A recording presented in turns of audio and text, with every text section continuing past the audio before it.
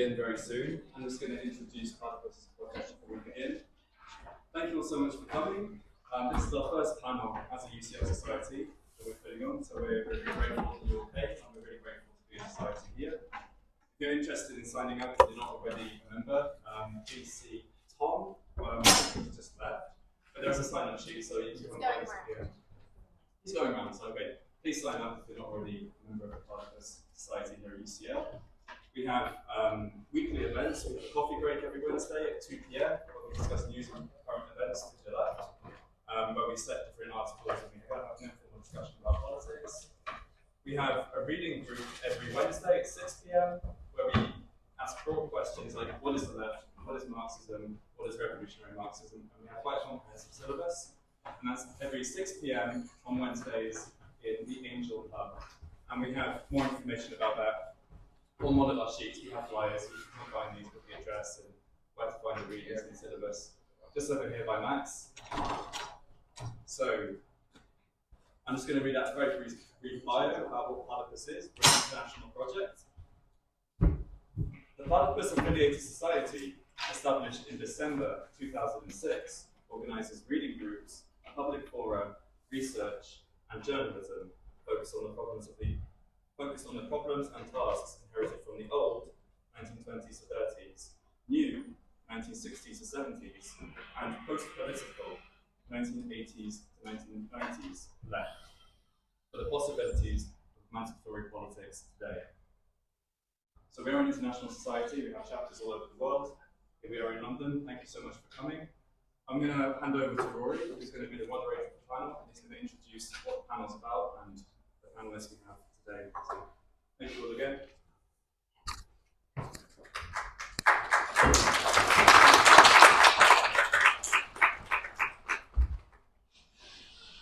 All right, thanks everyone. Thanks for giving up your Monday night to spend some time with Platypus at UCL. So I'm just gonna kind of reel off a little bit of introductory, an introduction to the panel, to the topic, and to our speakers tonight. So in the last few years, many on the left have come to understand their political perspective with reference to the term communism. For some, this recalls the crisis of Second International Socialism and the foundation of the Comintern, itself a return to the language of a former epoch, that of the Communist League and 1848.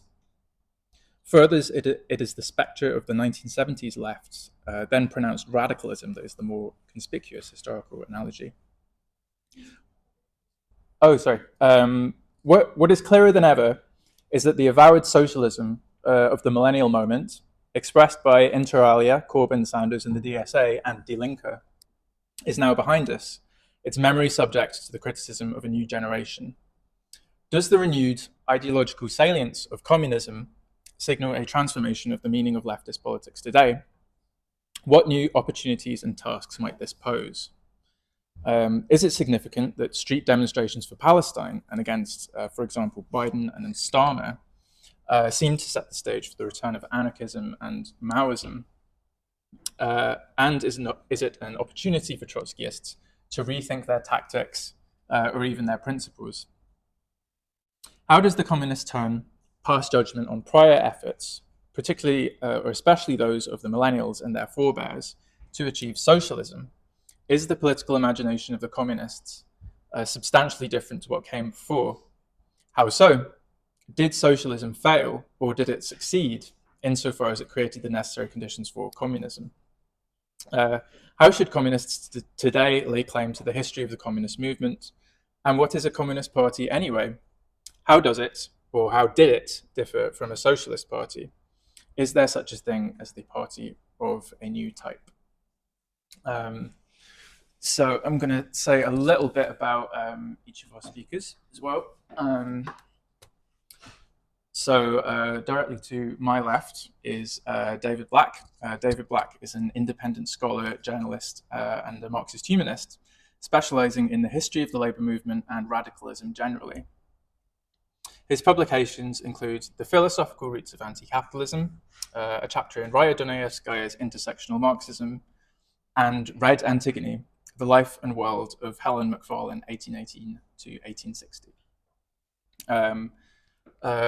To his left is Oliver Snelling. Oliver Snelling is a stone carver based in Deptford, and he has been a member of the YCL and Communist Party of Britain for the past 5 years, being involved in local peace movement organisations in southeast London. His political education came from the party and from trade union educationals.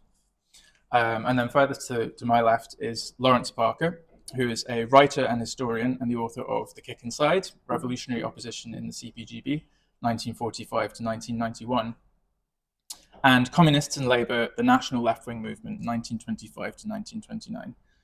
He has contributed to debates about left history and political strategy for The Weekly Worker and for Cosmonaut magazine, and he writes independently at Communist Party of Great Britain History.wordpress.com.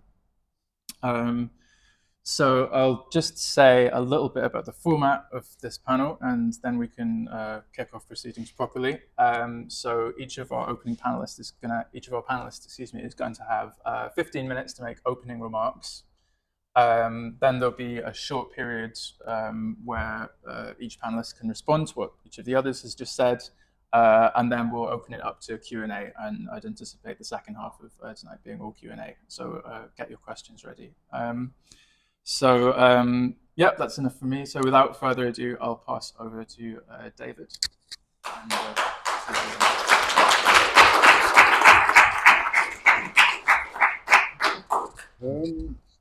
Thank you. My talk is going to center around two communist intellectuals who are also revolutionaries, George Lukács and Ernst Bloch. And I'm going to start with a quote from Karl Marx. It's an early quote. It's his letter to Rouge in late 1843, when Marx had just become a communist. Here's a quote. Oh, by the way, the reason I'm quoting this is because neither Lukács or Bloch could agree on what it meant, so it's a good way to start. Here's a quote from Marx.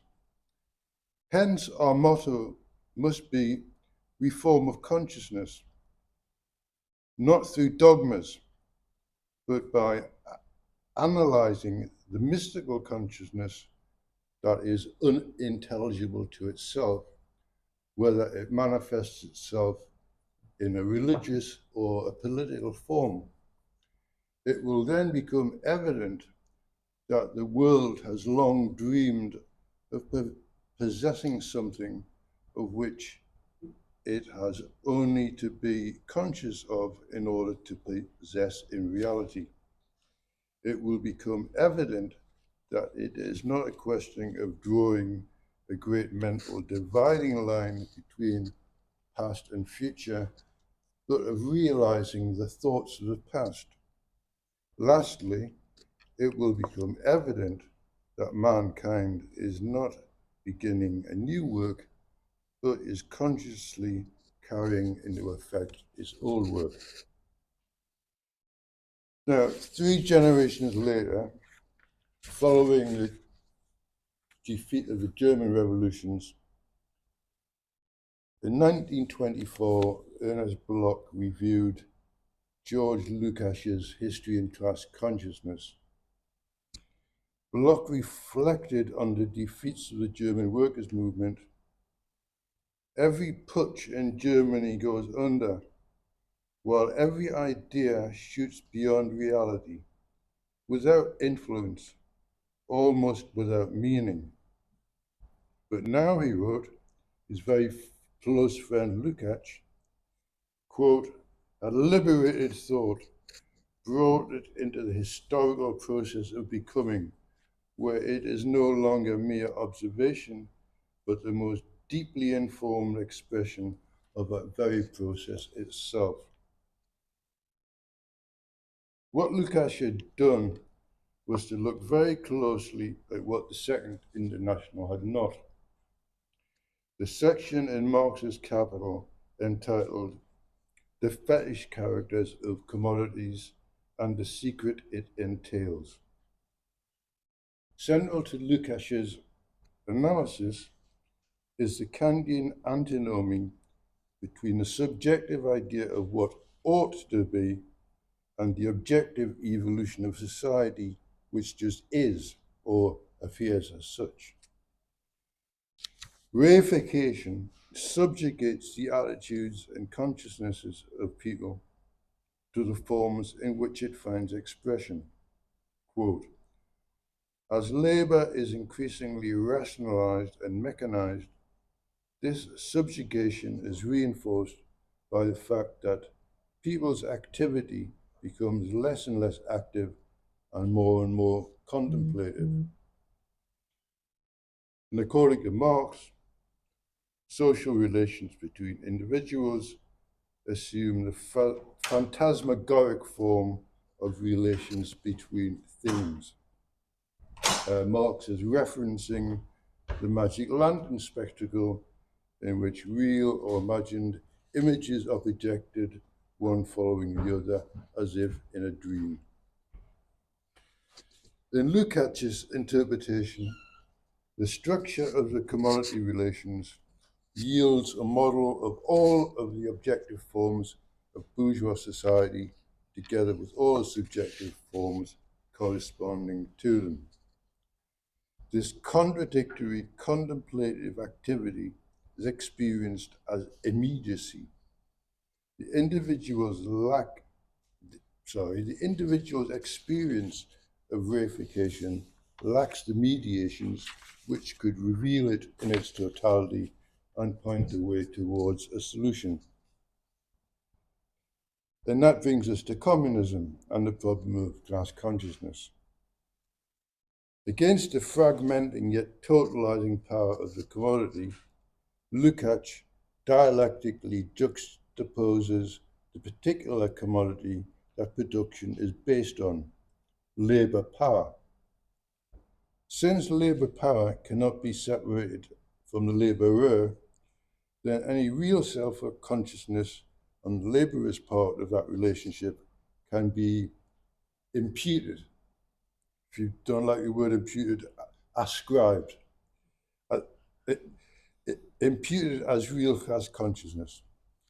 But as there remains a gulf between the ascribed revolutionary consciousness and actual existing reformist false consciousness, it can be overcome only by, quote, constant and constantly renewed efforts to disrupt the reified structure of existence and by replacing the concretely manifested contradictions to the totality of development.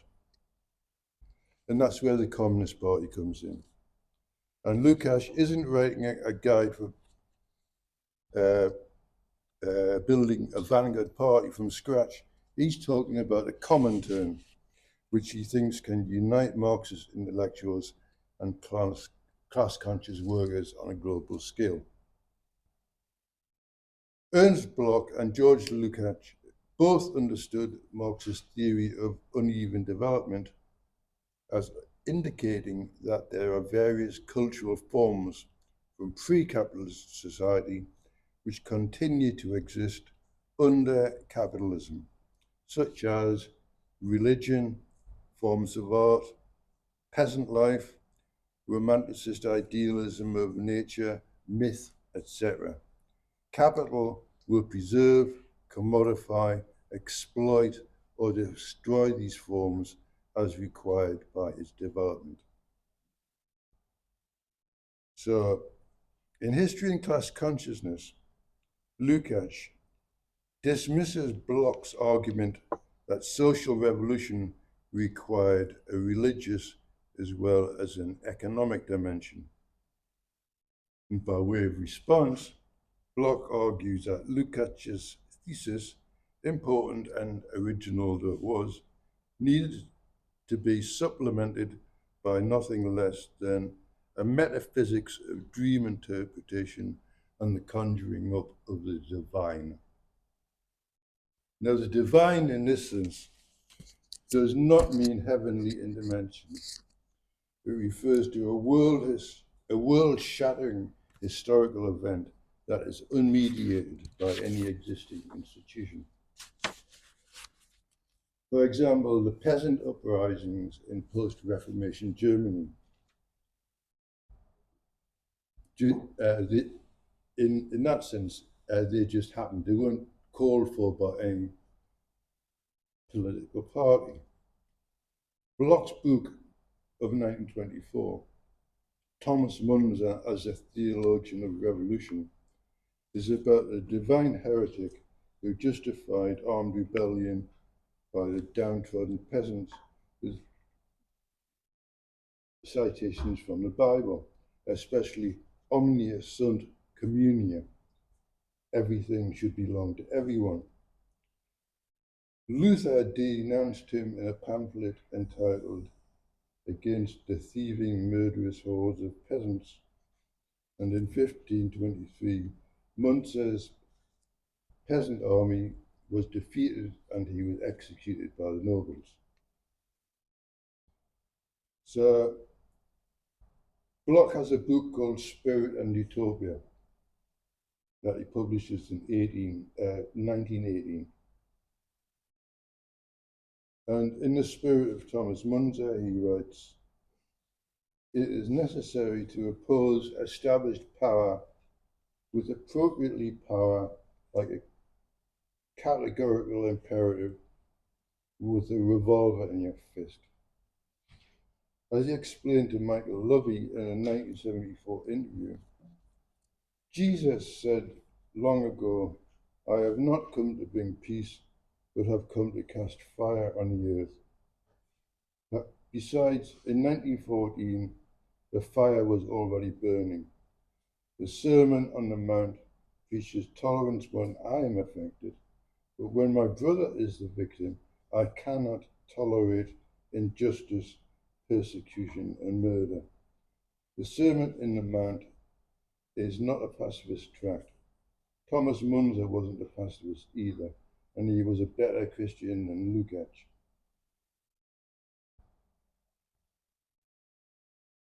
Were the novels of Walter Scott and Tolstoy more realistic than those of Kafka and James Joyce? Lukács thought they were.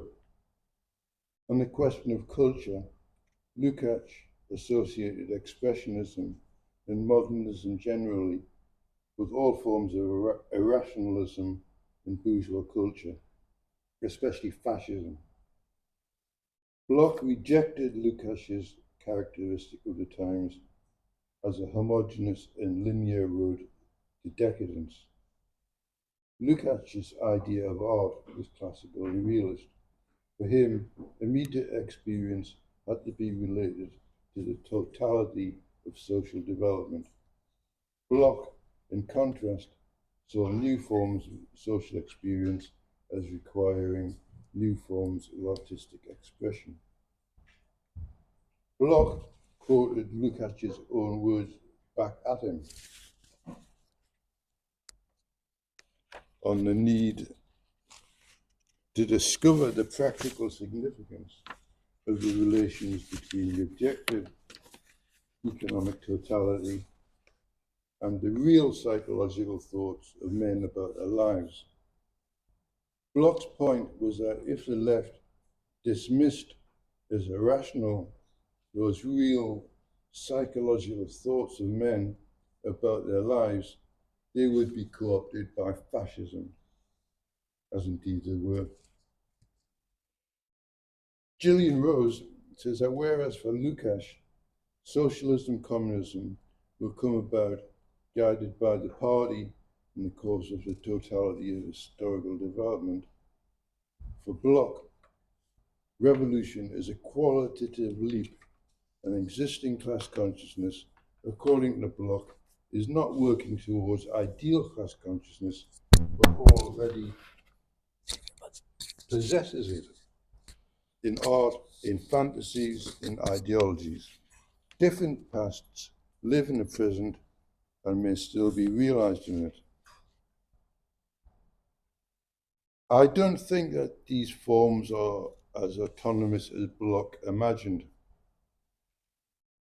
Gillian Rose makes a point that would later be laid by Theodore Adorno, that what counts as emotional or subjective in society is produced and reproduced by the social structure. Nevertheless, I think Bloch was onto something in considering the importance of just how revolutionaries relate their ideas to people's existing knowledge and consciousness. How long have I got left?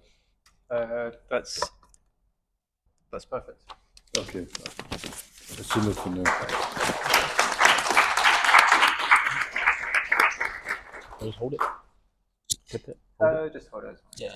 Okay. Right. I just want to say, when I get to 10 minutes, if you just tap me on the shoulder, that'd be great. I also want to preface this. I am not an academic. I've read a sorry amount of theory compared to my comrades up here, I think. And I just want to preface this whole little panel thing that I'm here for with a paraphrase quote from an American trade unionist. I've not read Marx's Capital, but my body is covered in the marks of capital. So just preface everything I say with that.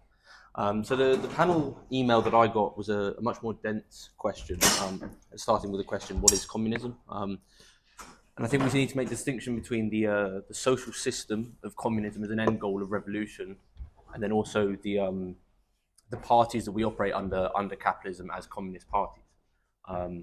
The classless, stateless society and moneyless society that we want to see at the end goal of communism is a very much an abstract idea that is several stages away from where we are as a capitalist society. So I think that intellectual debates, while important and valuable to the movement, are often over-exaggerated and given far too much weight compared to work done for the actual establishment of a socialist state. So intellectual debates can be a little bit redundant in the face of material issues the working class face. This means we do not focus on abstract goals after the revolution, but we must focus on that first step of revolution and how to build broad support for the working class movements. Having said this, I think the focus on socialism should be what we're really concerned with. The establishment of a socialist state, in my opinion, as a Marxist-Leninist, is probably quite different from many people in the room as Trotskyists. However, there is still much we share, and at the core, we are on the same side up until after the revolution. That's a whole other debate. So how can we understand the idea of what is communism? Is it an attainable goal? Is it something we can really understand? Obviously, I would say that we see examples of real established communist parties, and the work they do is generally a good thing. Places like the GDR, China, Cuba have done insurmountable amount of work for the material conditions of the working class in that country. And I think often we forget as Western democratic socialists, or the children of Western democratic socialists, and people who operate under these systems in the West, we kind of forget that a colonial mindset is very much at the core of academia. An imperialist mindset is at the core of our education, and I think it's something that is a valid criticism of almost all writing and academia that I've encountered, both in the movement and outside the movement, which is why I think it's so important for communist parties to counter that at every stage they can, supporting existing socialist states, disregarding the global majority as part of the global minority in the West is detrimental to our cause, and I think fundamentally a problem that we all face. So like I said, examples of existing socialism is something that we see as a positive thing, and we do see them as something we can critically support. This idea of a renewed ideological salience of communism, I had to Google what salience meant when I answered this. Again, not an academic. But I think we must look beyond ourselves into the working class. There was a quote that someone gave me during the election cycle. This idea that the salience is coming back. The opportunity was always there. The people are always there. It is our job as the vanguard of the working class to go to the people, to meet these people at the issues that they face, and to work with them, not prescribe what we think they should work for. So it's very important we understand their issues, we work inside the issues that face them, housing, food banking, things like this. This is where our work needs to be focused on, rather than academic debate, constant academic debate. I don't know about you. I never went. I'm assuming most people here are actually at UCL, but I never went to university. All of my education came from the left movement. My education was in a trade, which I'm a bit less than thankful for. But the reason I got involved in communism isn't because of an academic debate that I went to. It's because a Labour activist gave me a book called The Ragged Trouser Philanthropist, which is, I don't know if anyone's read it, but it's a throwback, and it's also not a communist book; it's a socialist book. But when I read this, it was 100 years of social democracy gone wrong. I related so heavily with this guy. We were both working in the same way. We were both self-employed. You know, all the gains that we'd made over 100 years of social democracy, like I said, just completely gone away. There's no benefit really. I've got a microwave in a car, and that's pretty much it. So the fringes of political discourse is what we find ourselves in. And this kind of fringe where we find ourselves having these constant debates kind of gives a false illusion of this growth of, what was it?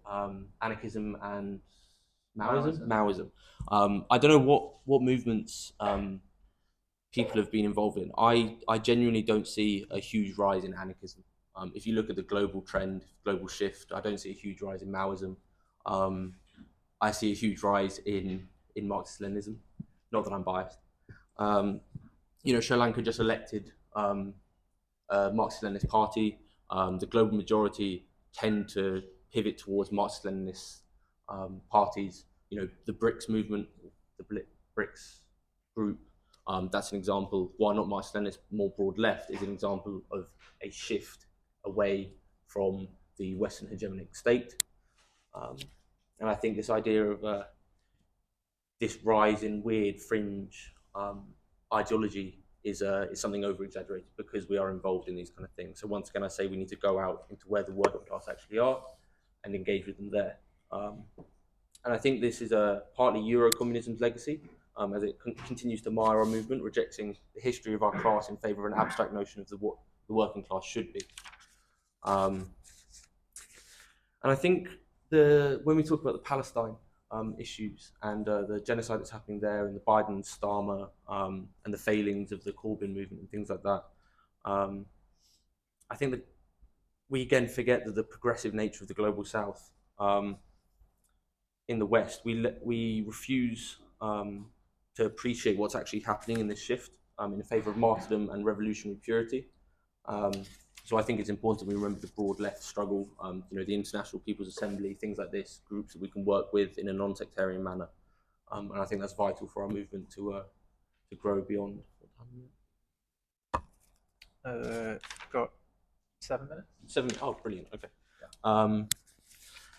Okay, so, and there was a part in here that talks about what Trotskyists can do in relation to this kind of salient shift, or however it was phrased. I can't say what Trotskyists can do, but our principles, I don't think their principles should change. This is why we, as a general left group, always stand in solidarity with peace movements, progressive movements, and while we also stand ideologically alongside countries that still establish themselves as communists. Since our inception in the 1920s, the importance of these movements cannot be understated. Our continued involvement not only vindicates our principles, but also helps expose contradictions insofar as the left called and the international capitalist cabal. Both ending up supporting the same ideas when you look at kind of geopolitics. If you look at the attacks on China, I think it's very important we remember that while China may not be perfect, we, I think, have a duty to, as Mao said, the enemy, well, I don't think he said it perfectly, but the enemy of my enemy is my friend. I think it's very important we remember that when we try and talk about these debates around China. One of the reasons I found the Communist Party so appealing when I first joined and first got involved in this was the kind of lack of dictation when it came to international politics. The Communist Party consistently doesn't tell other countries, other progressive movements, how they should lead their movement. We effectively follow the progressive movement in that country in whatever line they take, and that isn't because we know that they're right or we think that they're right. It's because we believe that they understand their material conditions much better than we ever could. And so that's why I think Communist Party's kind of standing behind in solidarity with these movements is vital, again, because it shows sincerity in our movement at home. So when we come back from international relations and we start talking about domestic policy, our consistency is testament to the work that we try and continue to do as communists. And then if we talk about what a communist party is and what it does, and this new type of party that was prefaced in the introduction, I think the Communist Party doesn't need to be a new type. We're still here and we're still relevant, and this is kind of vindicated by the fact that the RCP has renamed itself as a Revolutionary Communist Party. You know, and I think that's a good thing. I think this idea that the communist is a word that we can reclaim is brilliant. And despite our differences, it's a great thing for the movement that the communist turn is still here and is still very strong. And the working class movement, that's a bit sectarian. We keep looking, trying to through Western lens. Okay, and I have a little quote here. I didn't say who it's from, actually. That's bad. My laptop died today, so this was actually done on my lunch break. So I'm really sorry about the kind of disjointed nature of this. But socialism is not a ready-made system, but we mankind's benefactor. Socialism is the class struggle of the present-day proletariat as it advances from one objective today to another objective tomorrow, for the sake of its basic objective to its nearer every day. That was Lenin, I remember now. And this quote, this again circles back to what I said in the introduction, this idea that, you know, focus on the abstract final goal of a classless, stateless, moneyless society is somewhat redundant. We need to focus on the goal of tomorrow, our next step. How do we, so example in Britain, how do we get to the point where the dominant ideology among the working class is that of a progressive communist ideology? How do we get to a point where we're able to actually take the step towards revolution? That's what our focus should be. So I think parties and people should focus on solidarity work, you know, food banking. We need to find what housing. We need to find what working class people need and provide that for them. When I was over in, I was very lucky to be part of a delegation to the International People's Assembly, to the XOPG organisation in Naples, and they've seen a huge growth in their movement. And it was mostly prescribed because of, or mostly happened because they went out and they'd found that there was a mass immigrant community that needed legal representation. So they provided free legal representation. And this meant their movement grew exponentially. So this is something that communist parties need to do. And we need to refocus our organisation from not just growing the movement and the members of our party, but also bringing working class people around our parties. Not everyone is going to join a revolutionary party. Not everyone's going to join a Trotskyists. Not everyone's going to join a Marxist-Leninist. Not everyone's going to join a Maoist party. So we need to have them near us and close to us and listening to us, and we need to go to them. We can't wait for them to come to us. After a recent conversation I had with a comrade in the RCP at a pub, the argument against China is made quite a lot, and I hate to circle back to China again, but it's I think it's a very important issue that we talk about, especially if we're talking about analysis and abstract ideas. So China is obviously not an abstract idea and is not ideal. As we sit here and discuss this inside a university, you know, we've got to remember that the working class is trying to turn itself into the ruling class of China, and this is what the CCP have been trying and are trying to do. While we may see failings and while we may see things differently, we've got to understand that this is it's a very precarious situation in the face of international capitalist hegemony. And we've got to make sure that we don't make the same mistakes that they did in the past, but we also have to remember that these mistakes were probably not because of intentional decisions by the Chinese Communist Party, but they were a result of a mass attack from Western capitalists. And I think I'm going to end there. Thank you very much for letting me speak.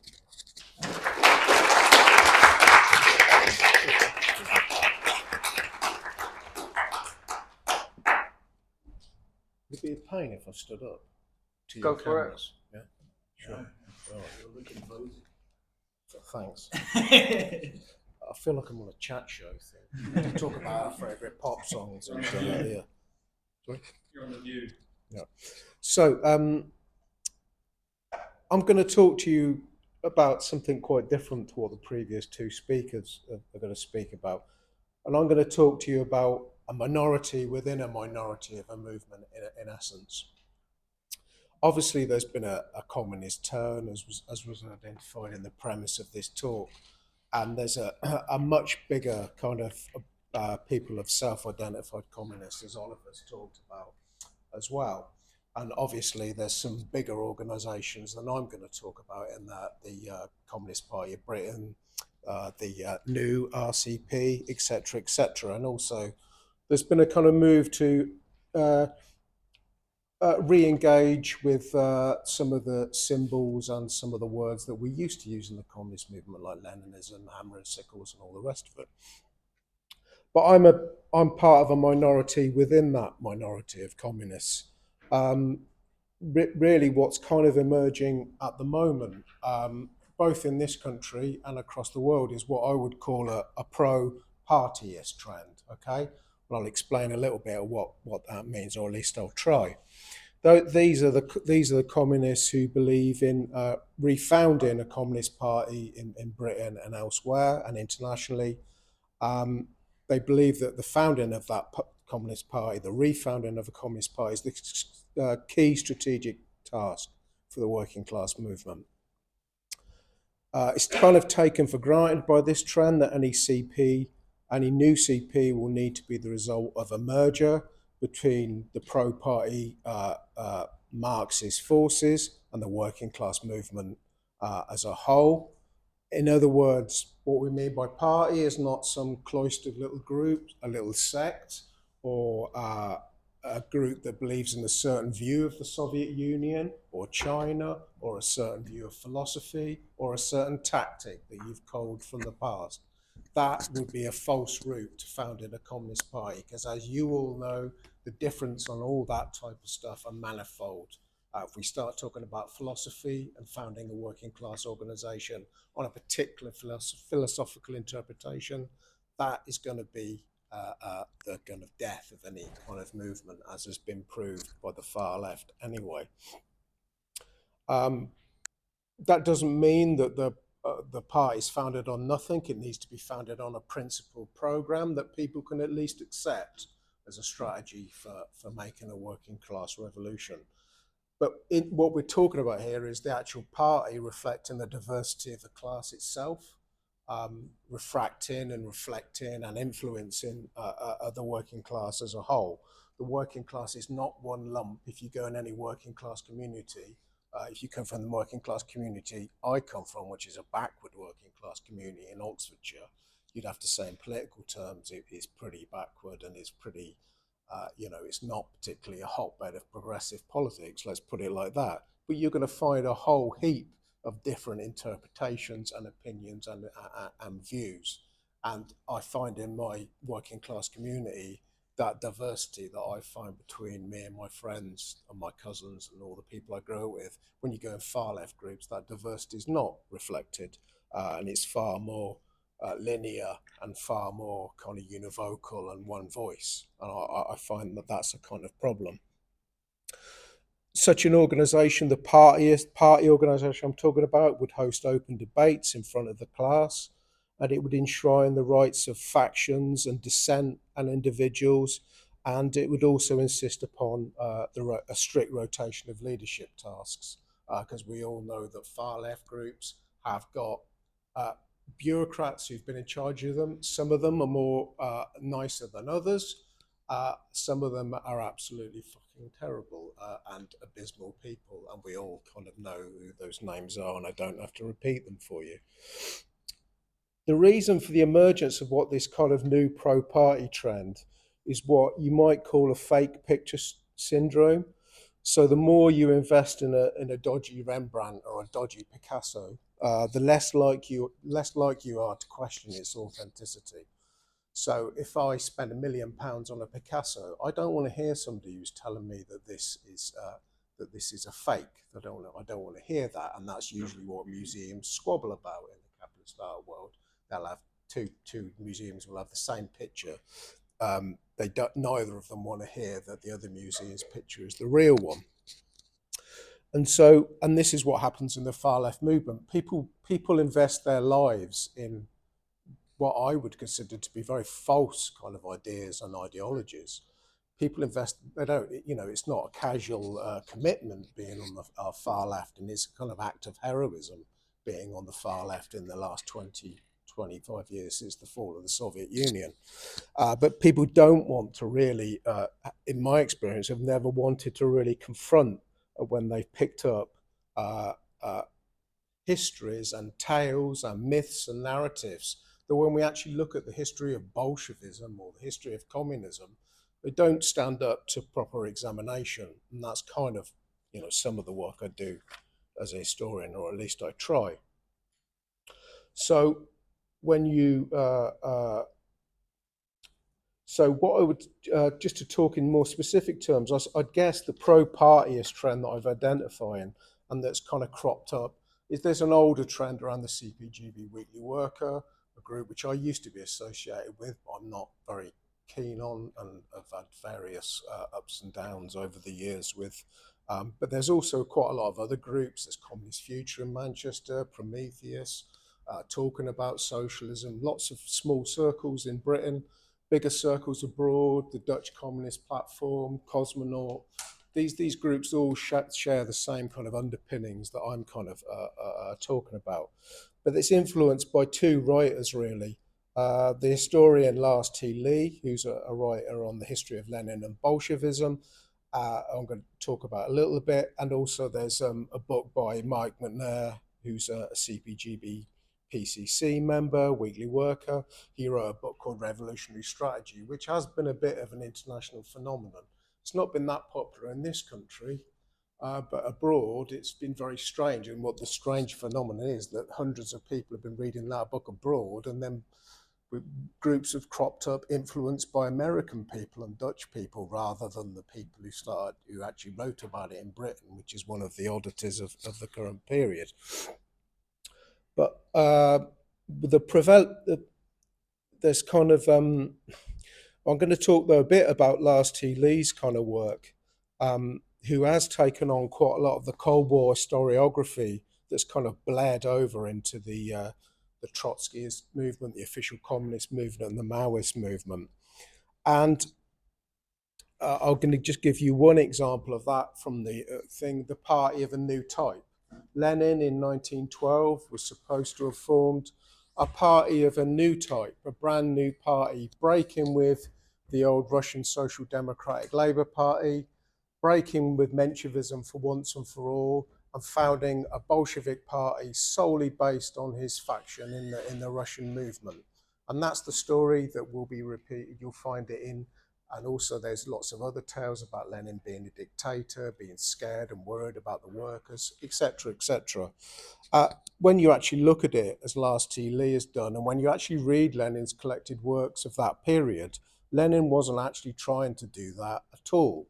That actually wasn't the aim. And if you read Lenin's collected work and Stalin's collected works of that era, what they were actually trying to do in 1912 was fight against liquidationism.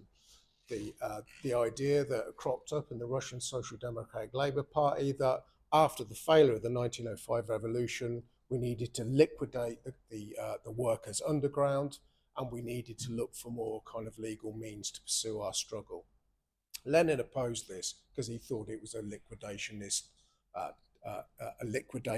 path, and that you just end up liquidating the party and all the factions associated with it.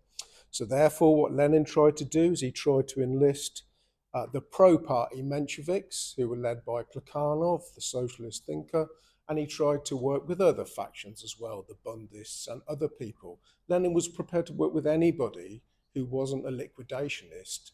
As long as they were pro-party, he was prepared to have them in the party as factions, and where they would openly fight out their differences. The important thing was being loyal to the party and the party principle.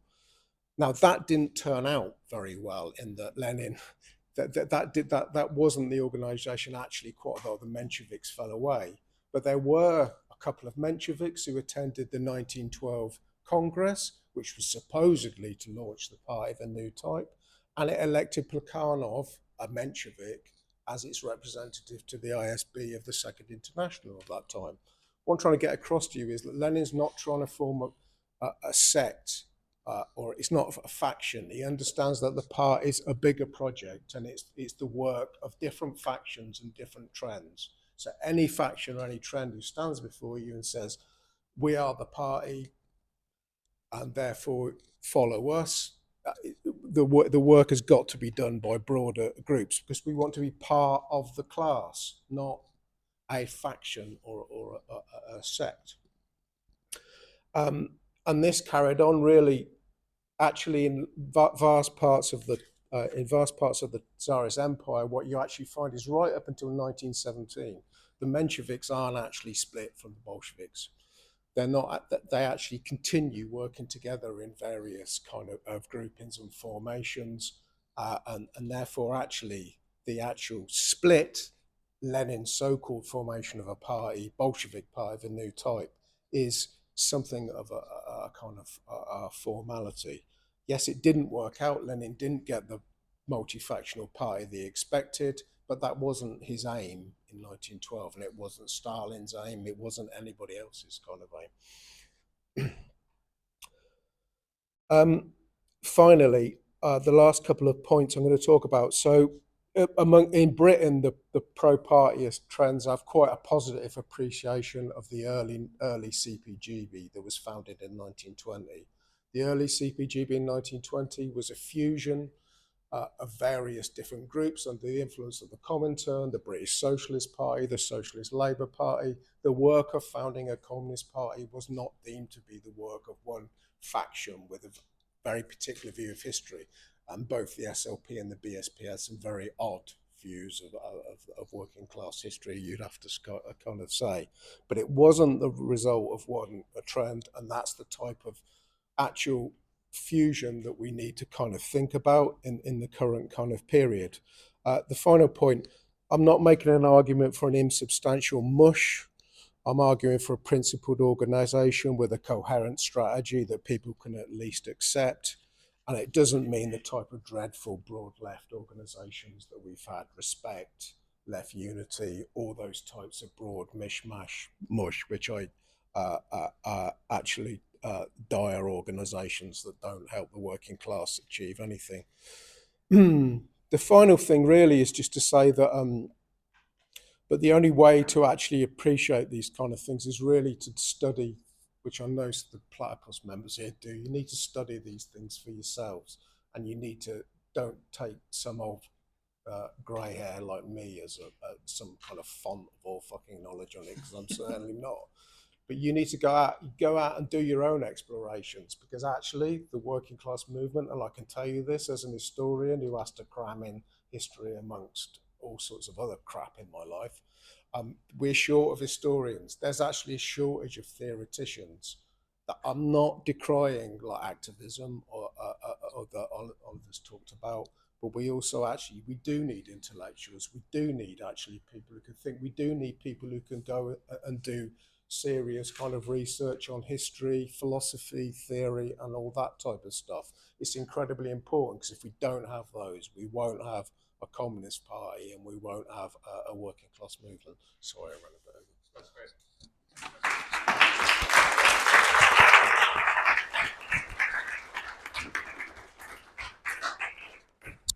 Great, thanks very much to our panelists. I'm going in the same order.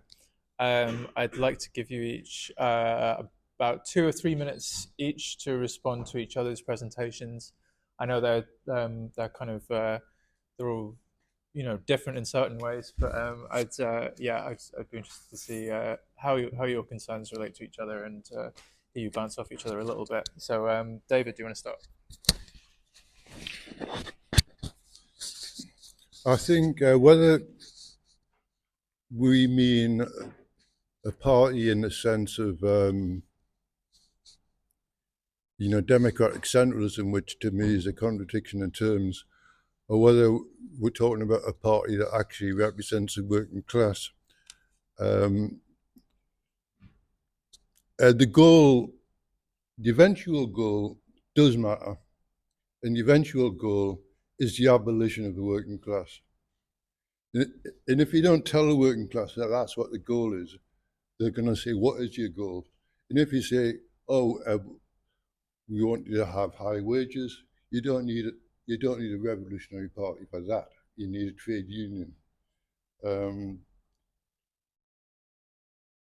I would say that Marx, unlike, say, E.P. Thompson, or who wants to realize the apotheosis of the working class, or Gramsci, who wants to a working class hegemony, I think we have to recognize capitalism in the same way Marx recognized it in the Communist Manifesto.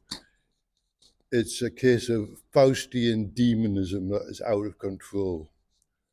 And it's not moving towards any kind of progressive resolution, it's moving towards barbarism.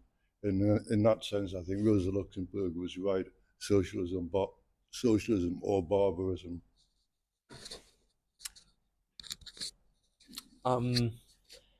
I guess I'll talk a bit about democratic centralism. I think there's a bit of misconception about what the Communist Party now represents in regards to democratic centralism. We encourage debate. I can't count on two hands how many times I've disagreed inside the party. Obviously, I understand the conclusions the party comes to, and I support that. The point of democratic centralism isn't to stifle debate. I've rarely seen any debate stifled in our organisation, and I can't speak to history. I'm not a historian. I didn't mean to demonise intellectuals either. It's just something that I found. Oh no, I'm a plumber. Don't worry. Oh, sweet. There you go. That's a joke. Damn. Okay. But yeah, so we still have this dissent. We still have this debate constantly. I'm subject to many ridicule inside the party for certain views that I have, but I won't say what because obviously I agree with the party. I think I thought that was quite funny. Yeah. I think humility is quite important in regards to this kind of debate. You need to be able to understand that, like, at its core, you as an individual, you're not the most important. You don't really matter. I think the importance is the working class. This is again what I mean. We need to be involved in broad left and engaging with the working class where they are. And humility is very important. That because you need to be able to step back and understand that you can do far more work inside an organisation than you can by yourself. And I don't think any of us would disagree with that. But yeah, thank you.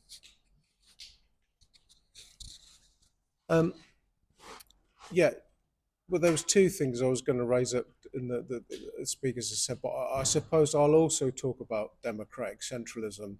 I don't have any fear of that particular word. Democratic centralism wasn't really a term that Lenin kind of used. I think from my comrade Ben Lewis has done his research, and it actually was something that arose in the German SPD. So the democratic centralismus, as it was called with my rubbish German. So, but I would go somewhat farther than Oliver. I know that there will be debates inside the CPB. I don't doubt that for one moment. The problem with those debates is that that they're not aired in front of the working class. And so therefore Pravda, for example, which was Lenin's paper, conducted debates within the Bolshevik faction itself and with other factions in the RSD-DLP in front of the working class.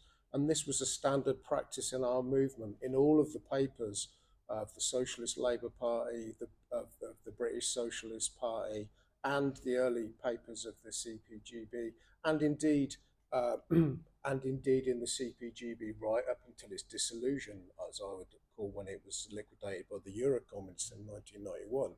It was full of open debate. As the CPGB went on, the debates became more like biannually around Congress. So I would argue, because if the working class is the ruling class of the future, then why would we be hiding any kind of debates from them? Now, actually, the Communist Party of Britain is somewhat more open than the Socialist Workers' Party or the RCP. I'll give it that. It is more open. Hooray. So say that. But I would say, so therefore we don't need to fear democratic centralism in that sense if we've got a culture of openness and accountability inside the party. There's no problem. And I've got no problem with taking a decision, then going out onto a demonstration or an action and doing what I'm told, even if I'm in the minority. I don't mind that, as long as I can speak out. But you've got to have the ability to kind of dissent. The other thing is really on the philosophy kind of thing as well. Really, I do find it. I find it really, and I'm going to say this because platypus comrades will probably know what I think about this. I find it really odd that history and class consciousness is over obsessed about, because it's a book that Lukács abandoned very, very quickly in the 1920s, and Lukács had 50 odd years of writing after that. I just find that the constant obsession with that kind of book very hard to take. I actually think it's a fucking bang average book. I actually think Lukács' ontology later on is much more sophisticated, and if you are interested in that type of, intellectual working class communist writer, I would go down that. But I find that obsession rather odd. That's it.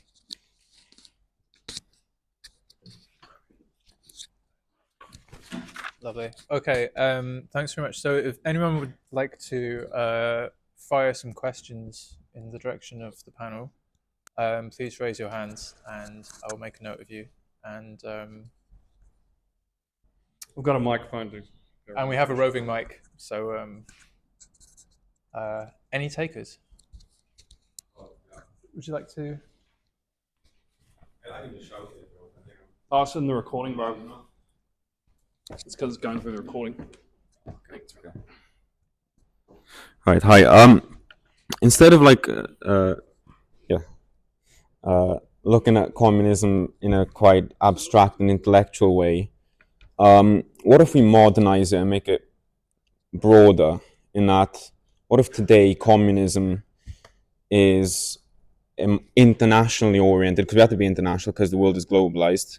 Capitalism is globalized. It's deeply imperial, ingrained into every country in the world. So what if it was an internationally oriented movement that kind of supported those countries, nations that have a political line that are not necessarily strictly communist or maybe not even strictly socialist, but we think is agreeable in combating and fighting against the imperial core? Like, to what extent shall we support, let's say, China or Russia or Venezuela? Like, I think that right now, communism is kind of like a corpse of the 20th century, and I mean that in the most inoffensive way possible. I can see you're offended, but I mean, compare it now to what it was, say, 40 years ago, 60 years ago. Maybe there's, I want to see your views if you think there's major changes happening in the world right now, the rise of the third world, of emerging economies, and how will that be significant in the future for communists and people with socialist outlooks? Thank you. Does anyone like to take a bite of that? Yeah, I'll do it quickly.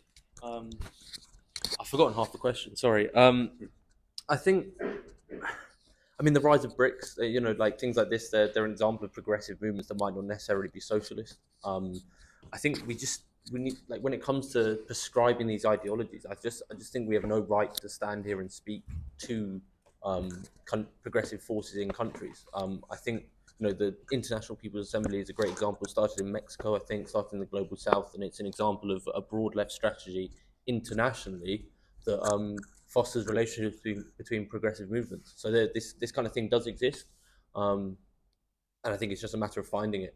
And I mean, if you want to establish a new party, go ahead. I'm just like, think communism will change, but transform into something new in the next few years. I mean, we're approaching a post-capitalist the Soviet Union exported revolution on the end of a bayonet, and like I think I would argue China has saw the failings that obviously the USSR no longer exists. So like China has seen that and no longer exports revolution on the end of a bayonet. So like this is an example of communism changing and adapting to like material conditions that they face from an international capitalist class. Anyway, I keep holding. You want to talk on it? Yeah. I think I kind of get where you're coming from, because what you're saying, well, I think what you're saying is that if you're saying that it's a corpse, and I don't agree that communism is a corpse, because there's still people here who fight for it, and to some degree, communism will still be alive to the extent that people are still willing to fight for it.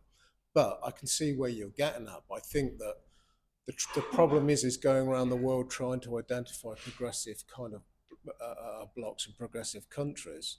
I don't have a flat theory of China, for example, but the problem that China's got is it has to exist in a capitalistic world, and some of the contradictions of capitalist society have spread deep into Chinese society. I'm not actually sure that China's a full-on capitalist country. I think it's some kind of weird kind of hybrid, in that there is the element of state regulation and planning, and I don't think the labour theory of value, which is how a Marxist would look at it, dominates Chinese society totally. But the problem that China's got is that those, and it's the problem that any BRICS nation's going to have, that the capitalist world exists. It does exist to some degree as a totality. China is embedded in the world market, which is why it's in conflict with the US at the moment, because it's a threat to the capitalist economy. And I think there's just a problem in going around identifying progressive forces. I'd love to be identified, because you cannot have socialism in one country. I mean, that's an old Trotskyist kind of, I'm not a Trotskyist actually, but it's an old Trotskyist canard that's actually true. It's one of the few things that is. But yeah, I think that there's a problem, because when you identify these things, there's nothing pure in the world as it kind of stands, and it is kind of socialism or barbarism. I'm afraid that I agree with what the comrade kind of said there.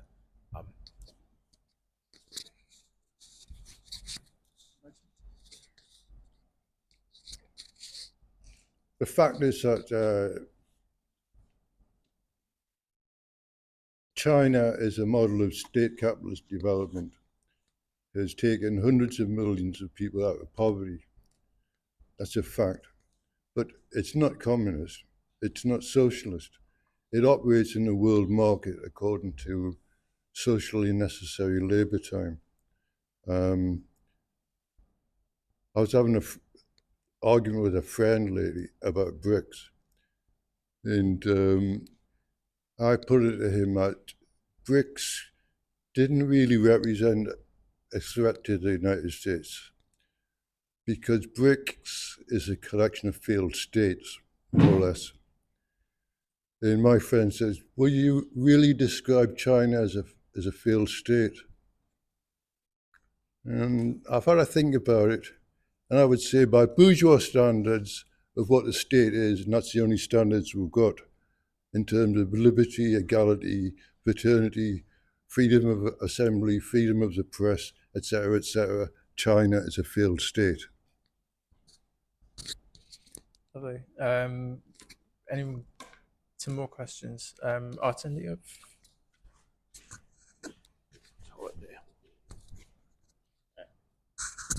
Well, I think jumping off the last question, what would you, and you bringing up all these points. Speak up a little bit. Yeah. Speaking of like the last question, you both of you like bring up the question of the communist movement within the 20th century. Although I can't really help but feel that you seem to draw the line between socialism and communism, even though on its face they are the exact same concept. Do either of you three still view communism and socialism as the same thing or not? And if not, then explain the differences between the two. Who'd like to go first? Yep. I think the problem, I see quite a lot of people refer to themselves as socialist, right? So even Keir Starmer, theoretically, is a socialist, and the right wing of the Labour Party have a claim on the word socialism. So it's become this, in this country, when people, you know, if I talk to people at work and they say, you're a socialist, they think, oh, well, you're in favour of the NHS. Well, yeah, of course I'm in favour of the fucking NHS. I mean, that's not a particularly socialist kind of idea. So socialism has become this kind of mush word, which means more taxation or more higher benefits. Or so there's that you have to deal with that. And in response to that, I'd say I'm a communist. I'm not, but the technical answer to your question is actually going back to the works of Marx and others, in that socialism is the kind of the transition stage, the lower form of kind of communism. We'll have a socialist society. We can't have where we're engaged in social enterprises and building up the social fund of wealth and the social goods, etc., etc. But it won't be fully communist. Was it each to his or her own ability, each to his or her own need, fully communist society. Socialism's the lower stage of that, where there's going to be, under socialism, and under a socialist government, as I would see it, there are going to be hangovers from the old capitalism. There's probably going to be a period when we'd have to have, small enterprise, shopkeepers and all that kind of rubbish for a period kind of longer. Communism's a further step onto that, into the full flowering of that socialist society, into a full communist society when there's no private enterprise or free trade. And if you go to the bakehouse in the morning, you need 2 loaves of bread. You take 2 loaves of bread, but you put your portion of social labour back in the system, and there's no shopkeeper kind of involved. That's a crap way of describing communism, but you can see what I'm getting at. So socialism theoretically is the stage on the way to a communist society. That's the way I've always understood it. I would fundamentally agree with that. I always used to make the joke that people who call themselves socialists but not communists don't really understand what socialism is. Socialism is the transitional period.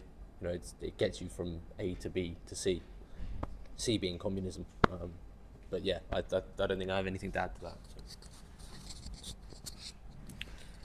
I seem to recall that Stalin described the USSR as socialist.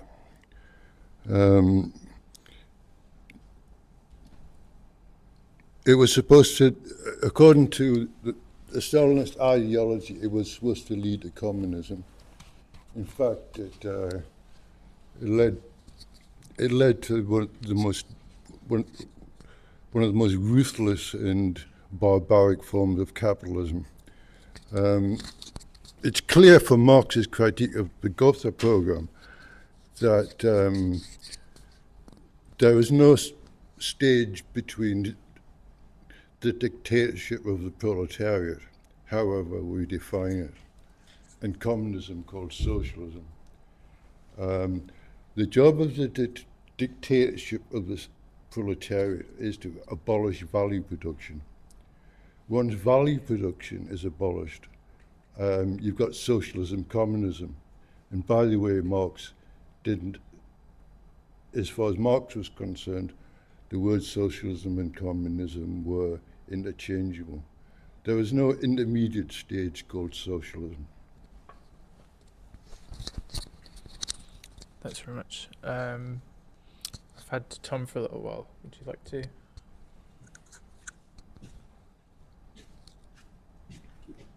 How about there? Hi, thanks everyone for speaking today. It's been very good. I wanted to ask, I think pretty much everyone in the room, no one here would be here if they didn't see some potential in the present. So I wanted to ask all the panelists about this moment that we all find ourselves in today, 2024 specifically, and relate that to the issue that David has raised, which is class consciousness. And even putting Lukács aside, like we don't have to pick up that book in particular to talk about class consciousness necessarily, but this world that we do live in, of this world, Trump's world, the world of BRICS, the world that's come out of the Great Recession and is now sort of staggering blindly in some new thing, post-neoliberalism or whatever we might end up calling it, I don't know. How can we relate to that reality in terms of class consciousness? Is class consciousness something that is developing regardless of the left? Is it something the left has to talk about and deal with? What is the party's relationship to class consciousness? Why is now an opportunity? Thank you. Can I interest anyone in that? Yeah, go first. I think as regards the current consciousness, Gaspar Thomas made the point in an essay called Telling the Truth About Class. He says that the thing about mass movements, you know, these large numbers of people, for example, on the streets, campaigning against global warming, campaigning for the Palestinians. I'm reminded of the Stop the War campaign in 2003. Everyone marched around under the slogan, "Not in my name." But the war went ahead anyway. And I predict that what Tamas called statism by proxy is pretty much the dominant force on what passes for the left, and is not really going to achieve very much. And if we're going to address, you know, where we are today, we have to ask a question. We have to ask ourselves, you know, why the fuck did 70 million Americans vote for a degenerate psychopath like Trump? According to Larry Elliott, who is about the last interesting columnist The Guardian has, argues that Trump's victory last week shows what happens when the left abandons its natural supporters, i.e. the working class, and tells them what to think and behave according to, and here's that Kantian moral imperative again, what the liberal elite think they ought to want, after that same elite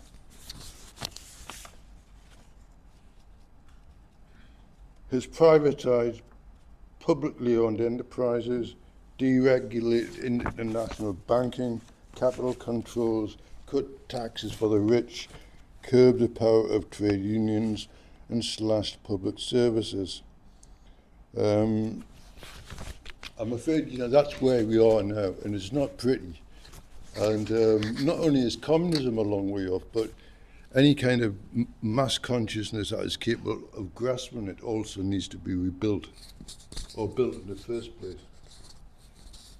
So, yeah, I think the focus on building is vital. I think we, as the Communist Party of Britain, we focus predominantly at the moment on trade consciousness, developing that. You know, we see these things as developmental stages. Things don't just jump, you know, out of the ether. You know, you need to develop trade consciousness, show people that together in an industry you can build up collective bargaining, things like that, and then eventually through class, you develop class consciousness.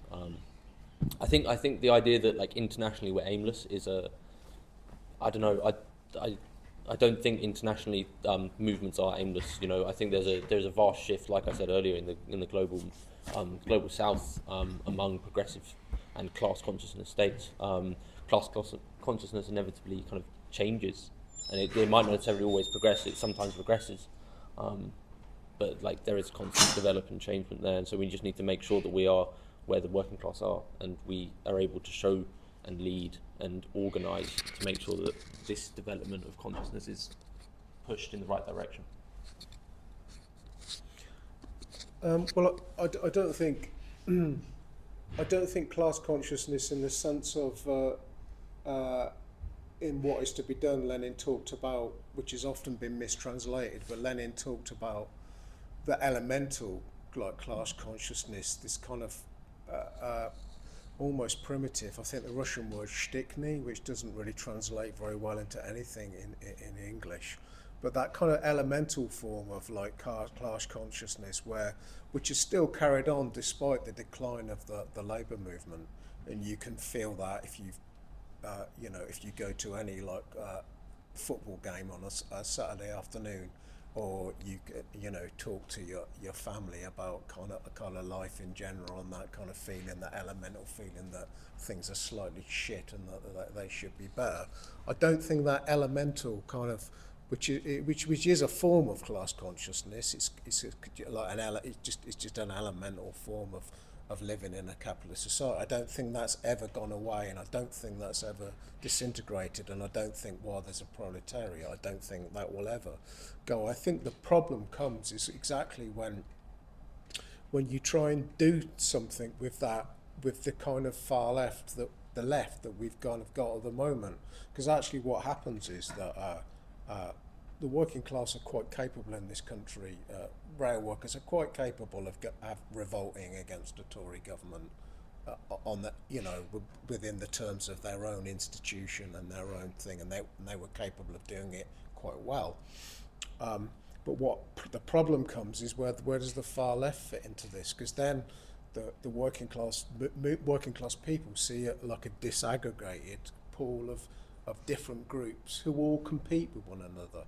It's just very sad, and they're all in their own way. And I don't mean this to be disparaging, because I'm amateurish, because obviously I'm part of tiny groups, and therefore I'm inevitably.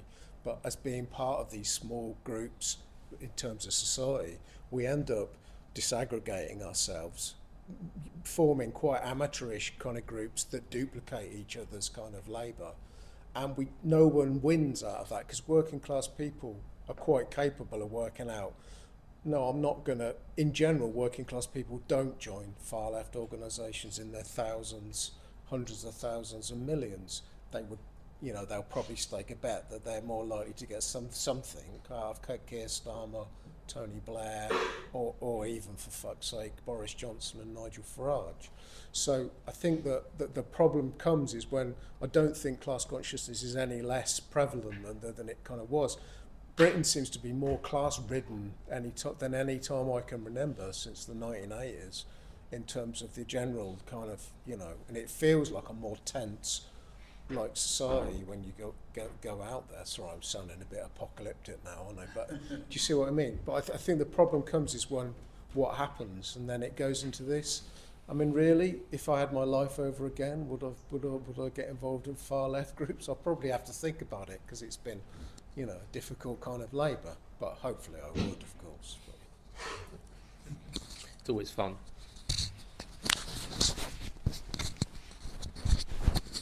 Cheers.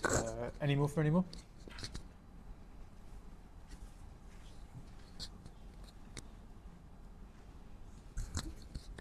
Hello. Thank you. Maybe just to build on that, but maybe to take it a little back towards the historical questions, and I think what Lukács was getting at with his book History and Class Consciousness was about the role of or trying to characterize something about the nature of revolutionary leadership and what that would mean. I suppose for I understand that book History and Class Consciousness to be a very deep attempt to work through the problem of historical consciousness and the role of the party. And I suppose I'd like to get you to all talk a little bit more about how you understand leadership. And also, if you want to comment on Lukács as well, that's great. But with David, I noticed you said something about how the book is not about how to build a vanguard party, but is about the Comintern. And maybe you could explain that phrase a bit more. Were you talking about how the book is a kind of an imminent critique of the existing communist leadership, and if so, what does that mean, and why it's not about how to build a vanguard party and what that difference would be? And I guess for Lyndon, again, yeah, what about this role of leadership? Sorry, Lawrence, sorry. Sorry, Lawrence. Yeah, could you say a little bit more about how you would understand the role of the party in relation and party leadership in relation to this question of broad class consciousness? You kind of talked about how there's an absence of, or like there's a disconnect between the left as it understands it in its different party forms and class consciousness. Can you say a bit more about that? And also for Oliver, in terms of leadership, you have talked about how to lead the working class, and yet there are also occasions where you say, in terms of international politics, it's not the role of communists here to lead to show leadership elsewhere. We have to kind of seek our leadership from actually existing movements elsewhere. So what is leadership for the CPB today? Yeah. That's something for everyone. So, David, do you want to start? This one. Okay, we're doing a swap. Swap. Go. Yeah, one of the big secrets of the intellectual left is that very few people own up to is that they take quite a lot from Nietzsche. Bloch was quite open about this. Because Nietzsche said that, classical civilization was a myth. It was basically barbaric, in that what the world needed was not like the rule of the masses, because he thought, in that sense, socialism and Christianity were just as bad as each other. He wanted a kind of spiritually aristocratic elite. Because he thought the old elite, the old feudal elite, the old aristocrats weren't up to it, and he needed this new elite. And in my opinion, when Lukács read, as a young man, Dostoevsky and discussed it with Bloch, he was talking about a kind of spiritual elite. And when he talks about the subject identity in history and class consciousness, he's talking about the unity between the educated communist intellectual and the advanced class conscious worker. I think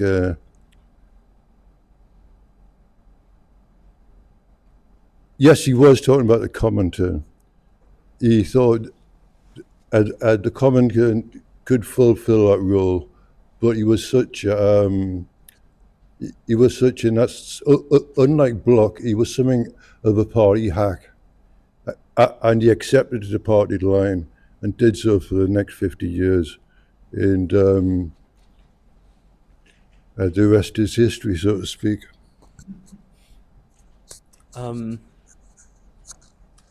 Leadership. I think it's kind of an example of the kind of pervasiveness of like liberalism in academia, neoliberalism. Like the idea of leadership, one single leadership. The leadership doesn't come from one person or anything like that. Leadership is created by class, where we establish it during Congress. We have thorough debate, and then leadership is each individual communist is a leader should be a leader of the working class, in the sense that they have the time and the energy and the focus to analyze things using Marxist-Leninism, using dialectic materialism, and that's the leadership we have. When it comes to internationally, I mean, no one knows what it's like to live in a country apart from the people who live in that country. That's what we're led by, the working class of that country. We don't decide how they think they should run their country in the same way that we don't decide how our train should be run because I don't know how to run trains. I don't know the train times, you know. And I think this might be a bit of a chip on my shoulder about having never studied, you know, history or philosophy or things like that. Despite the fact that I enjoy history, philosophy, and all things like that, and art, you know, but the fact that I didn't study at an academic level, it oftentimes feels like I am spoken down to, and we as a class are spoken down to by intellectuals and academia, and so, and like it. I think there is a problem. I don't know whether it's a personal issue or whether it is an actual issue. But it does feel like the working class movement, especially in this country, is attacked, well, not attacked, disavowed. You know, it's pushed away from leadership, especially when it comes to this idea of linking back to class consciousness. You know, we're pushed away from establishing what we see as class consciousness should be, and therefore leadership inside the working class movement is kind of shunned. I'm actually a small business owner, so like I hope that we have small enterprises in socialism as well. Linking back to that. You certainly need stonemasons, so you'll be in a job for a few years, I think. Well, on Lukács and history and class consciousness, really, the problem with that book and that whole period of George Lukács is, I think that the way I kind of read it is, if you think about the title of it, history and class consciousness, it's got that split that kind of Kant makes between, you know, the thing in itself and class consciousness, and Lukács obviously tries to overcome that by various kind of means. But I think that Kant, who was a very great philosopher, who was an awesome philosopher and is well worth reading. I don't want anything to be misunderstood. I think that there was a certain trend within socialism in the Second International to develop a type of Kantian kind of moralism that, despite Lukács saying, I'm not influenced by this, I hate all of this, actually Lukács didn't say he actually liked Kautsky quite a lot. He says, and you can find it in History and Class Consciousness. But I think it's part of that kind of problematic where, you know, it's trying to bend this moral towards the kind of real world. And I don't actually find any of it anymore. I used to think it was wonderful when I was 20, but now I've become 50, I've read a bit more. I actually prefer the Lukács of the mid-20s, when he'd read more of Hegel and Hegel's philosophy of right, which has got a reputation as a reactionary book, wrongly in my view.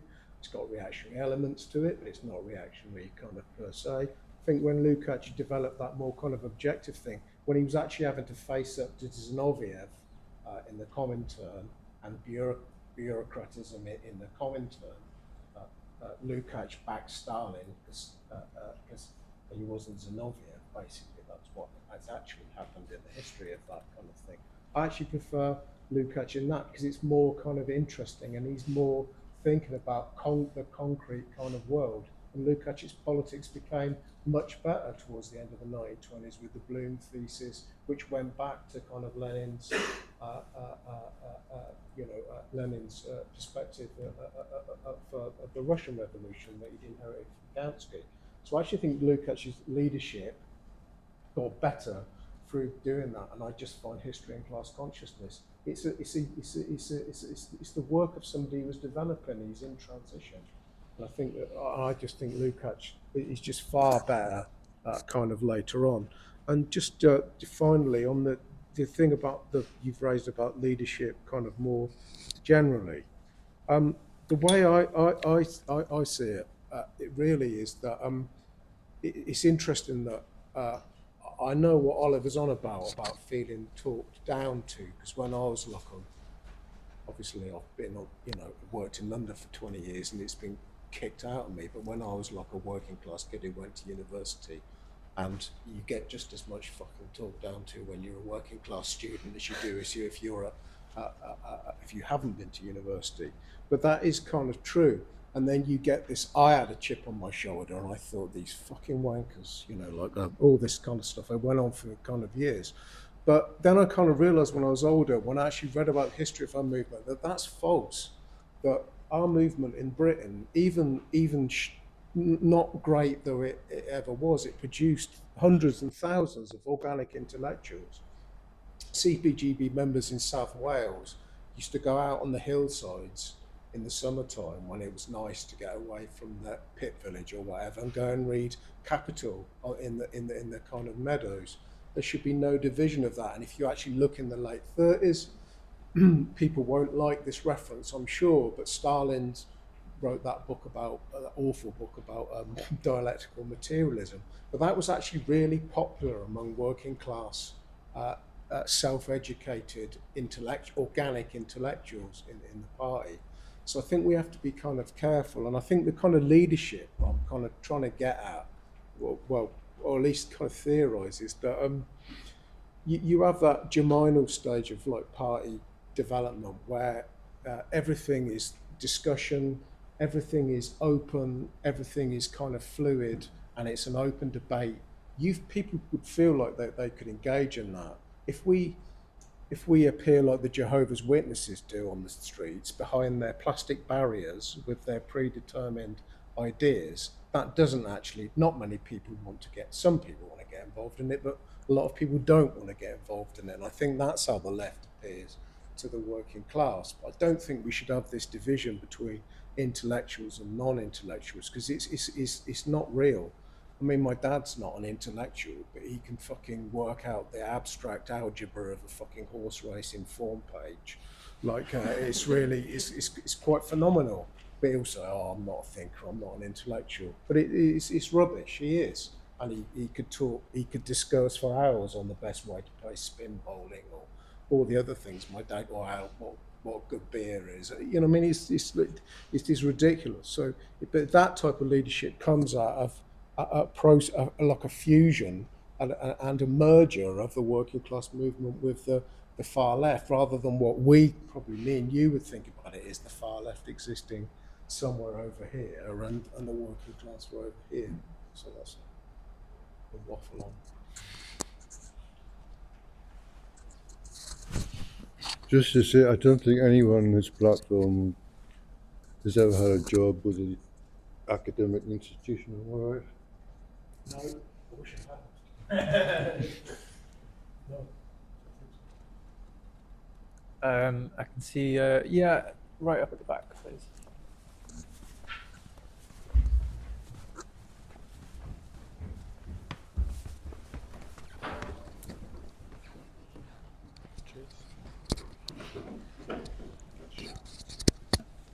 So sort of carrying on from that, about sort of intellectuals and non-intellectuals, Oliver, when you were talking about like action, and Lawrence, you're talking about intellectualism and needing like more historians, where does that sort of blend happen, and when does that happen? And like sort of how does it look like? Is it like what you've said, it's encouraging open debates like this, and when does that sort of evolve? And if it doesn't happen sooner, as in there's no need for it now because there's no like revolution on like the horizon, when does it sort of get to that point, if that makes sense?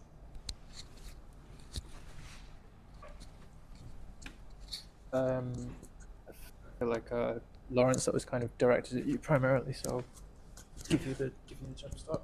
Okay. Well, I think you have to try and join the two. I think if you wait for a revolutionary situation to occur, I think you'd be sat around waiting for a long time. And there have been a succession of revolutionary situations in lots of countries across the world. I remember the Egypt upsurge in 2013 when I was going to call them the Brotherhood of Man, but that's a pop group, isn't it? The Muslim Brotherhood. Yeah, that was obviously a revolutionary situation, but there wasn't. But I think that the kind of process it does start with small circles. The only example we've really got is in the Russian Revolution.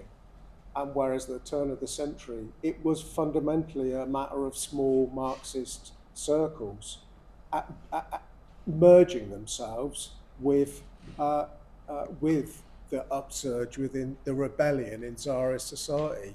So in a sense, but if you start off with a closed circle that's not open to the world, it's not going to develop into a bigger concentric circle and widen out.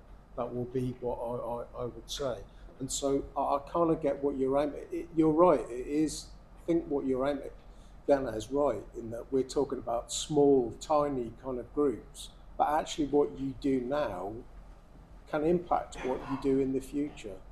And it's no good signing a promissory note and saying we will institute working class democracy once we get to 10,000 members, because they won't.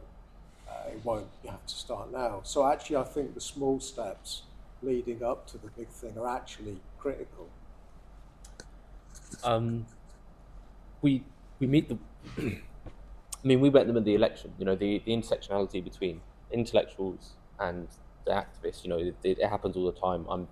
You know, we drag the intellectuals out and we put them in front of people, and then they end up talking to people. You know, we have it when we engage with the working class, when we provide food banking, when we provide childcare for free and after-school events. We don't do it. You know, these solidarity movements. That's how we engage with the working class. During the election period, that's how we engage with the working class. We don't expect to win through the election, but we do expect people to see our names on the ballot and like, oh, cool, communism's still here. This idea of a perfect revolutionary moment is just that it doesn't exist. It's impossible to exist. It's like what I said about the humility aspect earlier. You know, you have to push for it. You have to fight for it. You're going to get it wrong. You're going to think other people are wrong, but you have to be there, ready, and not waiting and pushing. You have to be pushing for it constantly. So I think the only way that to answer your question, the only way that'll happen is through meeting the working class where they are in solidarity and engaging them on a level that they want to speak to you. Don't say you're a communist. Go and do some nice work, and then they will ask you why you're a communist.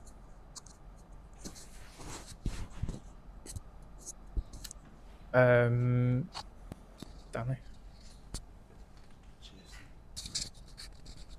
Hey, thanks everyone. So, I'm unfortunately I might raise ancient history again, by which I mean the 19th century. So, we had some quotations from Marx, and obviously the notion of communism is quite a bit older than the Russian Revolution, right? So it predates Marx even.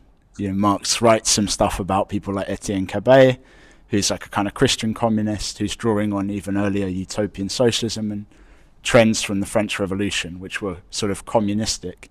And David even brought up Thomas Müntzer, which is way earlier, right, saying omnia sunt communia. My question is, like, is there any use to any of that previous history? Have we superseded all that with the Russian Revolution? Because I feel like Lawrence, you also just said like our main example is, you know, the RSDLP and the Russian Revolution. Is that when communism came into its own? Like, was it really significant before then?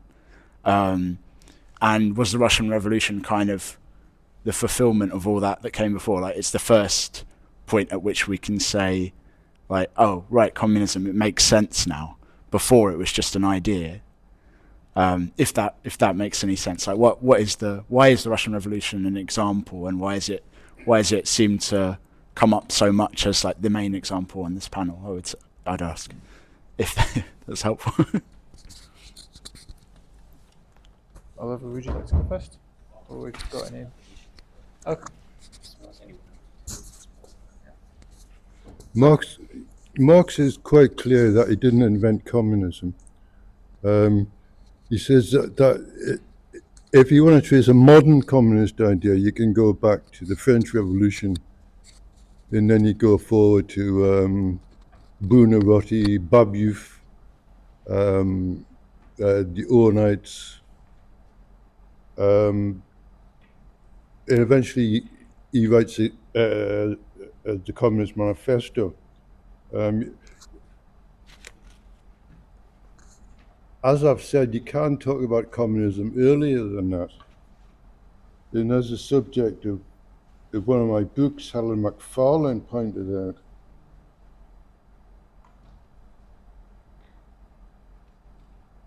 the following passage, it's a short passage, addresses the issue of realizing the, uh, the thoughts of the past by appealing to different ideologies from the past.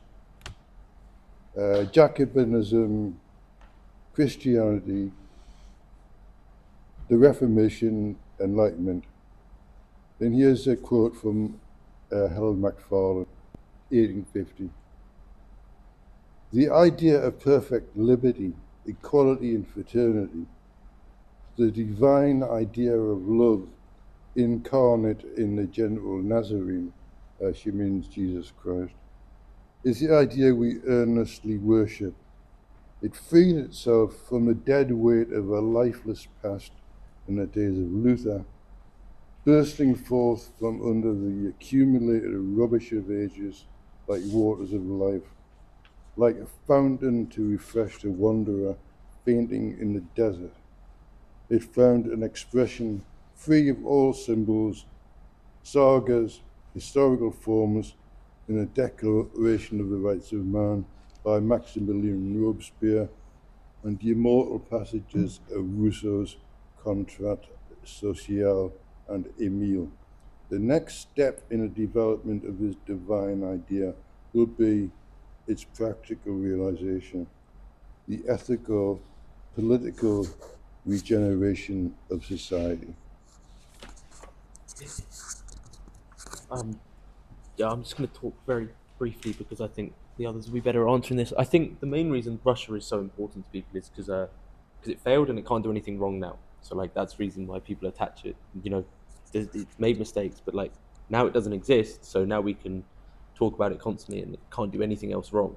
And you know, this idea of perfection in the fact that it's dead now. And, you know, I would also say that you know there's a chapter in the Bible, James 5. I recommend everyone reads it. It's a brilliant little verse. Well, I'd have to defer to David's superior knowledge of precursors of Marx, because it's not an area I know a lot about. But I think, well, the Russian revolutions was the successful one, but the kind of, and I'm going to repeat now, kind of straight Mike McNair, Lars T. Lee kind of lying to you, in that the Russian Bolshevism was very much a strategy. They took their strategy from that. Their example was the German SPD, which in the Second International, and the Bolsheviks were, and the RSDLP was a Second International party with a version of the Erfurt program, which was the German. So actually, when we talk about the Russian Revolution, or actually Kautsky even wrote a book about the driving forces of the Russian Revolution, which both Lenin and Stalin thought was supremely wonderful, as did the rest of the Bolsheviks. And just to make that kind of clear, I've got one quote here. This is Lenin talking in April 1920 about Karl Kautsky, and he says, Karl Kautsky, from whom at the present time we have had to break away and fight in exceptionally sharp form, but who earlier was one of the leaders of the proletarian party in the fight against German opportunism, and with whom we once collaborated. There were no Bolsheviks then, but all future Bolsheviks collaborating with him valued him highly. But this was Karl Kautsky, the Pope of Marxism, as he was known in the Second International, and of course somebody who in 1914 had a big fall from grace, because he supported the First World War. And that's when Lenin called him a renegade, i.e. reneged on what he earlier believed in. So the Russian Revolution's as much really about German politics in some kind of ways as it is about the thing. And it's interesting that the reason I think what the question you identify is why is the Russian one? Well, that was because Soviet historiography wrote, even though you can still read in Lenin's collected works and Stalin's collected works, interestingly, in the young Stalin, how much they loved Kautsky, how much they loved Babel, how much they loved the German SPD, how it was the example. But Soviet historiography wrote that out, and it concentrated on organizations like Marx's Communist League. There was a Soviet historian called E.P. Kandel who wrote a really interesting book about the Communist League. But really what that book was trying to do was to prove that the Communist League is actually is actually the. I think I've turned this fucking thing on. I'm sorry. Excuse me. But what that book was really trying to show was that it was trying to write Kautsky and the SPD out of history. So really, when we talk about the Russian Revolution, it's really like a part German-inspired revolution. But that's a function of Soviet historiography, and it's a function, unfortunately, of Trotskyist historiography. The CPGB, the old CPGB, was much better. Palm Dutt, who was an intellectual leader of the old CPGB, he had a much better appreciation. He had the same appreciation of Lenin as Kautsky, who used to be a Marxist, was later a renegade. But yeah, so I think that's an interesting kind of question in a sense, you know, why we talk about Russia. Well, he was successful, but really who inspired them? Why did they get into politics? It was because of Germans. So,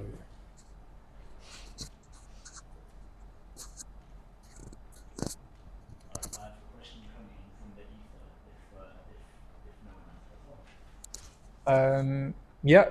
Do you have the second mic? You're about to get it. Okay, so I have a question to read out here. I'll try and do justice to it, and it's from Rebecca, who's a Platypus member, and she says, "Say it's from me."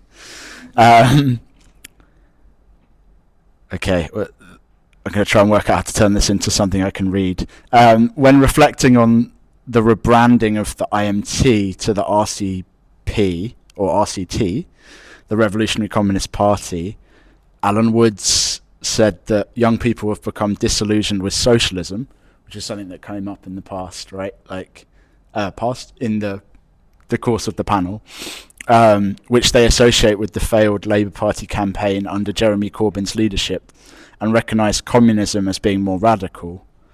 To Oliver, when young people turn to the YCL or CPB for their politics, how do they understand the relationship between communists and the Labour Party under Corbyn? Why do they want to become communists? What can you offer them that differs from the Labour Party? To Lawrence and David, what was the relationship between the early Labour Party in Britain and the Communist Party? That is it. David, would you like to have a first swing at the response to that? I'm thinking, so I'll pass it. Yeah. I mean, you were first. Oh. I'm just I trying don't to. mind if Yeah. you want to think. There's not much going on in here, to be honest.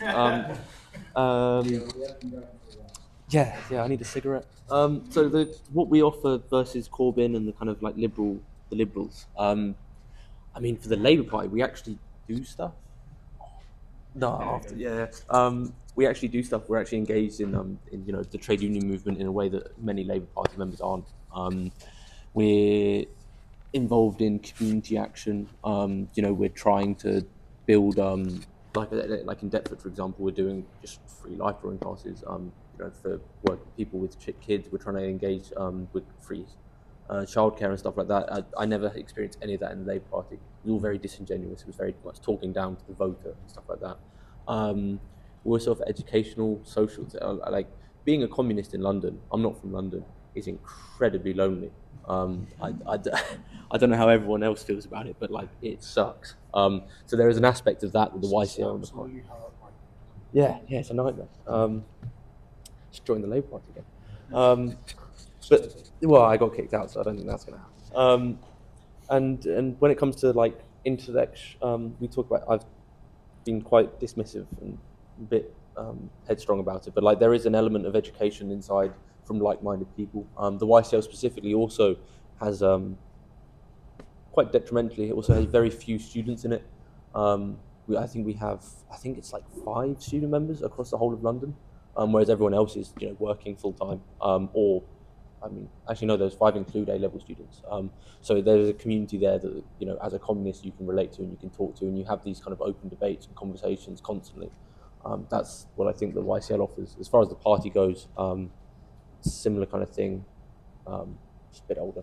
And you've got Ruskin House, which is great, and in Corbyn. Do you have a sense of the appeal of the YCL The YCL, I think one of the panelists actually mentioned our presences on trade union blocks. I can't remember who it was.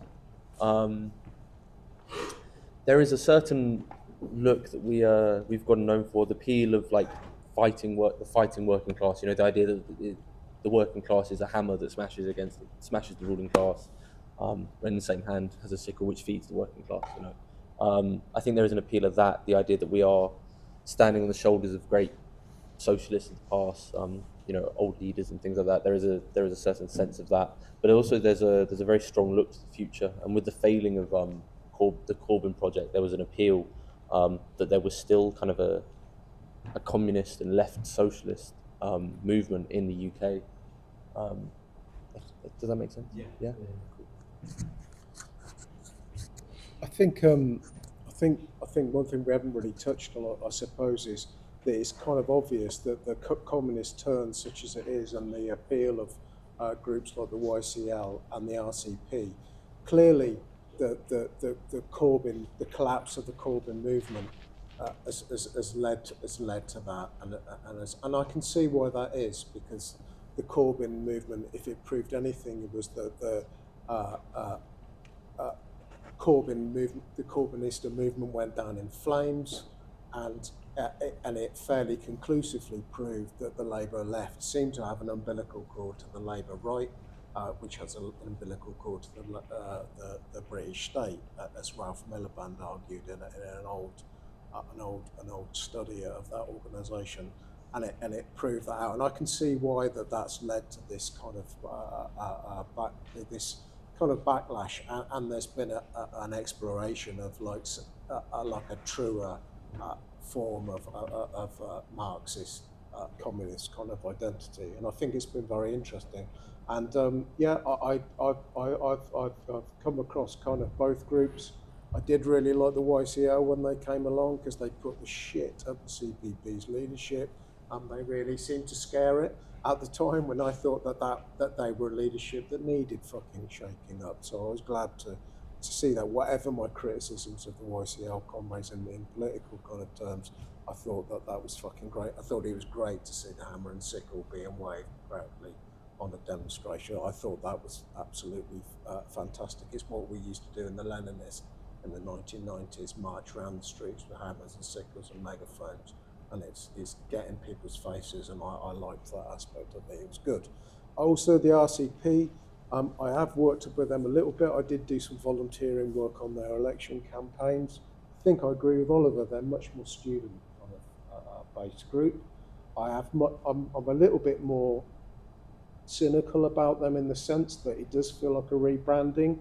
They kind of toyed with some of the old communist parties' iconography and all that type of stuff, and I think that's false. I don't think they know anything about the fucking CPGB. I actually think what they know about the CPGB could be written in a very small matchbox. So that's my general opinion. But and I think that they're a Trotskyist group that's rebanded themselves because they saw that the YCL were doing well out of this communist identity. The final point was about the Labour Party and the Communist Party. Well, Rebecca, that is an incredibly complicated history that would probably take me at least another 2 hours to go through. But basically what happened is, when the Communist Party of Great Britain was formed, the British Socialist Party element, they were all, and some of the old SLP element, quite a lot of them were Labour Party membership, and they kept hold of their Labour Party membership. The Labour Party refused the Communist Party's affiliation, but you could still be a communist in the Labour Party into the mid-20s, and there were Labour communist MPs like Saclav Vala, etc., etc. The CP then formed the National Left-Wing movement, which was to bring the Labour left towards communism. That fell away in the late 20s, but from the mid-1930s, the Communist Party did a mass entry job into the Labour Party right up until 1940, when they yanked them all out again. And that's 20 fucking years of history rammed into like 2 minutes. But it's a very like complex history. But basically, apart from the third period in the late 20s, there was always communists in the Labour parties throughout the interwar kind of period, either hidden entries, Stalin's hidden men, they used to call themselves, and women, There was probably more women CP members in the CPGB, but yeah. But that only came to an end really during the Second World War. And that's Yeah, regarding Rebecca's question of the early Labour Party and the CP, one of my teachers was a red Clydesider called Harry McShane, who was a lieutenant of John Maclean, who was leader of the Scottish Socialist Republican Party, who was praised by Lenin, but he refused to join the CP for reasons that no one has ever properly been able to explain. Least of all, Harry McShane, who actually did join the CP in 1924 and remained until 1951, when he was disgusted by how the CP handled the descent of their youth, especially the YCL. The Glasgow CP gives the YCL a really hard time, so much that Harry McShane resigned his membership. So there was this connection between the various parties, like the Social Labour Party, the British Socialist Party, the ILP, the Welsh Socialist Federation, who all came together to join the CP. But that would not have happened if it hadn't been for the Russian Revolution. And it's going to take, I'll use that word again, a divine event to unite the left in this country, or any other country again.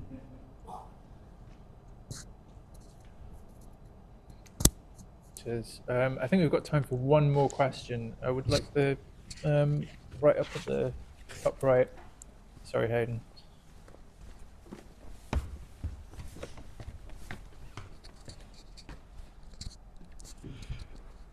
This is more of a practical question, but I feel like there's some like philosophical implications on this. How important do you think communist leadership is within like mass-facing economist movements, like your trade unions, your renters unions, etc.? How important do you think communist leadership is?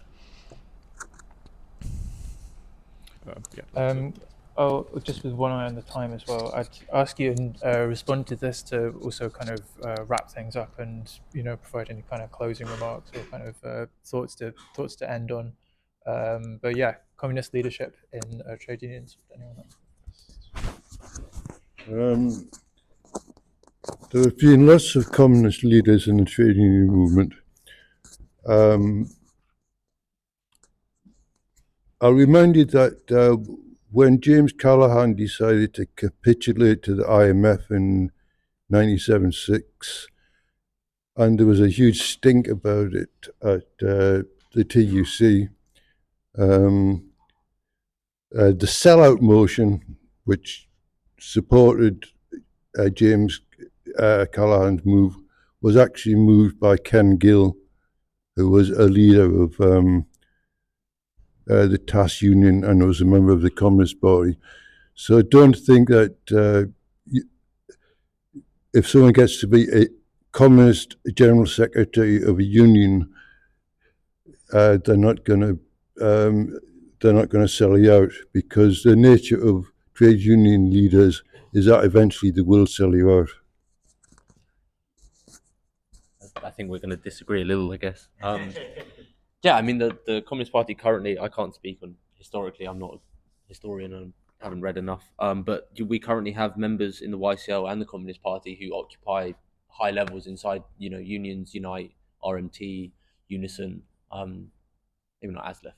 But, it's vitally important. And as I said, we have to go and meet the working class where they are. And this is, how we build trade consciousness, which will eventually build class consciousness. And this divine event that you mentioned a minute ago, we can pray for that, but I think we should actually push for building these consciousness and build this philosophical thing you spoke about. The only way we're going to change people's consciousness is through practical application of theory, praxis. And we do that in trade unions, and we have to try and strive for leadership roles. Like I said earlier, you're never going to find a perfect moment. You're never going to find a perfect party. But join, have debate. That's the fun part of being in a party. Have these debates, hone your political knowledge, hone your political skills, read theory more than me. And yeah, just join any party and do something. Thanks. But join the Communist Party. Well, of course, I agree. Yeah, communists should work in trade unions, but they should work. I think that the thing that set apart our movements, and to be fair, also other organisations as well. More, the Labour Party in the past used to do some of this work, as did the ILP. But working class organisations and far left organisations need to work in every sphere. In the 20th century and in the 19th century, in countries where there was a certain level of freedom or a certain space, communist and socialist organisations ran cycling clubs, football clubs. The German SPD had about 70 newspapers and a whole raft of different theoretical kind of magazines. There needs to be working class amateur dramatic groups, singers, bands, painters. You have to investigate. The problem is, if you solely focus on the workplace, then you do leave out people. There are members of the working class who don't go into a workplace. What about people who are bringing up families at home, etc., etc., etc. So I think you've got to have that. I think you've got to have a totalising vision and merger theory. Merging your ideas with the whole of society means you have to deal with the whole of society. And it's a daunting kind of task, and it won't happen kind of overnight. But again, you can see that's the work of a party, not a tiny sect or a tiny religious organisation. So that's, yeah. So, but yes, I do. All of those environments where working class people go. We're not just trade unionists. There's on every conceivable kind of level. The Daily Worker even at one point had an advice column about relationships, for fuck's sake. I mean, but that's the kind of aspiration. We're all involved in personal relationships, and we all, you might as well have a communist advising you than Marjorie Proops or whoever, or some bloody, or Richard Madeley in the Telegraph. So yeah.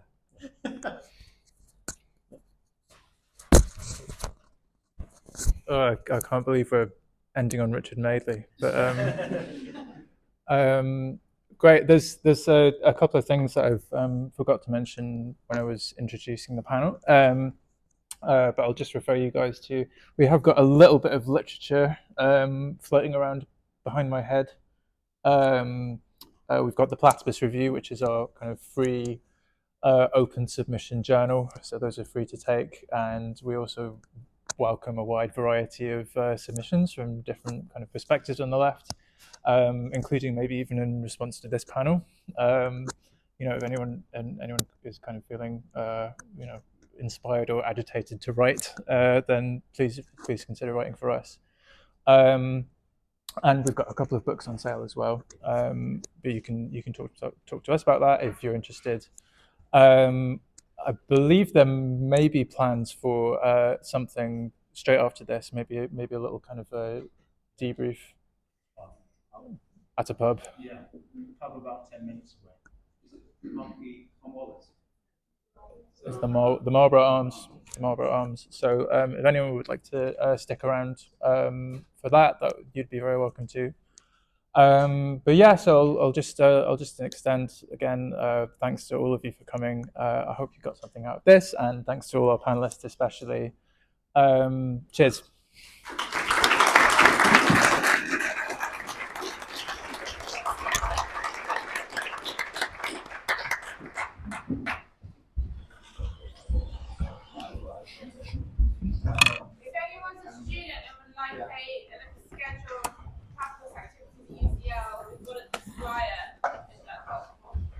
Actually